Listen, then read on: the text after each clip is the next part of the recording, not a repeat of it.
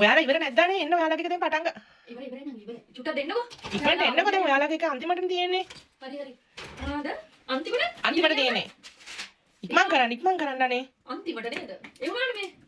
ඔයාලා පේමන්ට් එක කරා නේද? මට මතකත් නැහැ. ඔව් ඔයාලට ඒ ඔක්කොම කරලානේ තියෙන්නේ. ඉක්මන් කරන්නකෝ. හරිද? එහෙනම් ඒ ටික ගන්න වෙයි. මේ නංගි ඔයාලා ඇස්ති නේද? 40 කී වෙනියට තියෙන්නේ අපේ එක? 47 වෙනියට. හරි. මේ කියන්න පිරිමි ළමයිට අපේ ඇඟෙන් අල්ලන්න තහනම්. හරිද?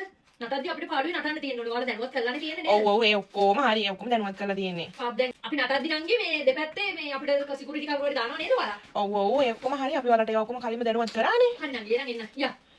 Okay guys කළානේ? ලාස්ට් ඉදාලා. ඉක්මන් කරන්න. ඉක්මනට එන්න. මොකද්ද කරන්නේ? හා? ඉක්මනට එන්න. ඉක්මනට එන්න. අයියෝ ලෑස්ති ඇති ඔය. කාමුණා ලෑස්ති වෙනද? මේ මමම ලෑස්ති වෙලා ඉවරයි. එන්න.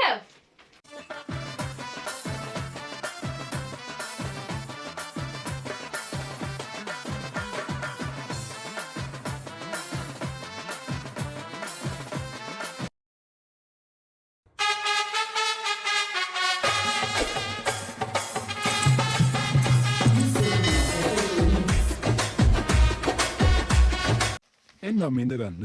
පුතේ ඉඳ ගන්න. ඉතින් මොකක්ද අසනීපේ? ඇයි ආවේ? මගේ මුණ දිහා බලන්නේ මේ කිහා නම මනේෂ මහත්තයෝ මනේෂ. පුතාගේ වයස? වයස කියන්නේ පුතේ? වයස මේ 18යි මහත්තයෝ. මොකක්ද අසනීපේ පුතාට තියෙන?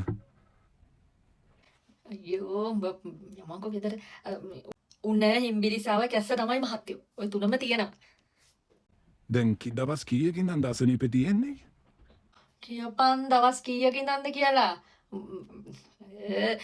දවස් 3ක ඉඳන් මහත්තයෝ දවස් 3ක. දැන් මොකද පුතා බය වෙලා වගේ අපිත් එක්ක කතා කරන්නේ නැත්තේ මොකද අපිත් එක්ක තරහ වෙලාද? ආ? නෑ මහත්තයෝ මේ බොරු ලැජ්ජාව. ගෙදර දෙවනත් එන්න කෑ ගහනවා.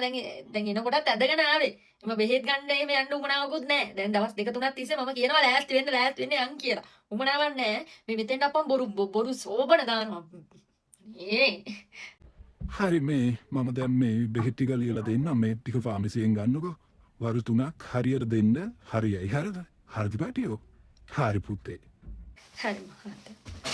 මට ගිවන්න බෑමි